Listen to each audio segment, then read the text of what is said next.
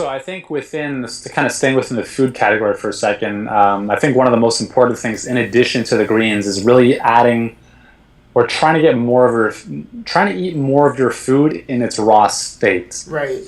And this is not because not about becoming a foodist, but it's, it doesn't matter if you're following paleo or vegan or listening to really any person's advice who knows what they're talking about. Yeah. At the end of the day, they're all saying the same thing: eat more vegetables and some fruit, and try to get more of those in their raw state. Right. And there's a lot of reasons for that. A couple of them, first and foremost, is that when you eat a raw food, and I'm just talking about like eating an apple, for instance, you get more water. Okay, because most plants are predominantly water, and if we cook them or do whatever we want with them, we lose a lot of that hydration. So most of us are dehydrated throughout the day. And if you ever find yourself licking your lips, like I was in Palm Springs the other week, and I was like, my mouth was constantly, I was like, wow, this is like, it's already too late. Like if I'm feeling that, I'm already dehydrated. If you're going pee and it's yellow, you're dehydrated. It should be clear, right? So, we've probably all heard of the recommendations of drinking 8 glasses of water a day and all this stuff. But if you actually eat more foods in their raw state, you naturally get more hydrated, which is really important from energy, from an energy perspective, as well as just like a lot of people have headaches and just feeling like blah. And a lot of that has to do with hydration. So that's the first benefit to eating more raw foods. Second is you get higher amounts of nutrients. You're going to get higher quantities of minerals and vitamins that otherwise would be minimized for the most part in various cooking processes. Right. So that's really important because, as I've talked about before, it's like, most foods now are like half of what they used to be in terms of their mineral composition. Right. And if you're not eating, like, organic foods have been shown to have slightly higher amounts of certain vitamins and certain antioxidants. Right. Because they actually help protect plants. So there's a little bit more nutritional value to eating organic, but even then, if you're cooking all your food and crushing it in like a slow cooker all the time, there's nothing wrong with baking and slow cookers and stuff, but again, thinking about eating fresh. Okay, think about fresh, and that's really important from a nutrient perspective.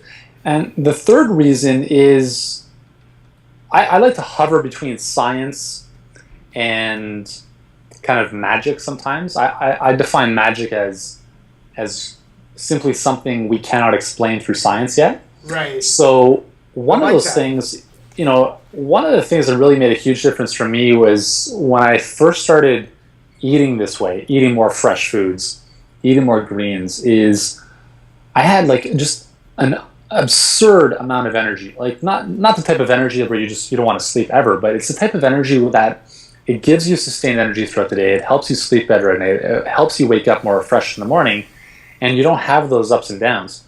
And I thought, okay, well, it's got to be more than just the water. It's got to be more than just the nutrient content. Like, there's got to be something else. And so I started connecting with various people in the raw food space. And, I was introduced to one gentleman who took Kirlian photographs. And these are photographs where you can look at the food and you can see the energy emanating off the food. Wow. And again, like, I'm a big science guy, right? So I'm always like, okay, where's the proof? Where's the science? But I'm also very holistic, right? So I'm always very I'm open-minded to the sense that there are things, I believe personally, what we cannot measure is more important than what we can measure, or what we can't see is more important, more powerful than what we can see. So gravity, we can't see it. It's the most powerful force on the planet. Electricity, we can't really see it, but we know that it produces light. And there's this kind of natural energy that emanates from fresh, real, living food. And I think intuitively, we get that, hopefully. And it's very different. Like, if you take an apple, let's just take an apple. You take an apple off the tree versus taking an apple and baking it in the oven. Yeah. And if you just put them side by side, you just look at them and you're like, the baked one just doesn't look the same. And if you were to take a trillion photograph of that apple, the energy would be so much more diminished. And so this photographer, Christopher Wodka, who's been generous enough to donate a lot of his pictures for my stuff, he's taken pictures of like French fries, of sprouted lentils versus cooked lentils, of broccoli, organic and cooked versus organic and raw. And it's undeniable the difference in energy.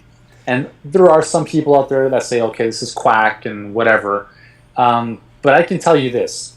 You start adding more raw foods into your diet, it doesn't matter what the science shows, you will feel like a new person in about 2 days. And I'm not just saying this for the sake of it. I've helped tens of thousands of people to this very same objective. And every single time, it's like they're reading from the same scripts. Day 1, I feel great. Day 2, I feel even better. Yeah. And it's incredible. So I really encourage the viewer here to think about, how can I incorporate more fresh food into my diet? If you have a garden at home, that's amazing. If you don't, go to the farmer's market, get some local fresh produce. There's tons of amazing recipes, salads, smoothies, juices, like really easy things to put together. And I'm not saying that you have to give up cooking, give up baking, because I still do a lot of that as well. But just really thinking about the foundation being on fresh food, really, really important. Yeah, the two habit transformation experts that we had talked to and I've interviewed for the summit, both of them said something really important, in that the environment that you create isn't just necessarily the environment of your house and how the food that you choose to bring into your fridge and the things that you choose to put in your cupboards that will maximize success, but it's actually the environment of also the things that go on inside of your mind, so your schedule and how organized you are in respect to that. And I would say every high performance expert has said that you have got to prepare ahead of time. If you want to live this lifestyle, you have got to get the material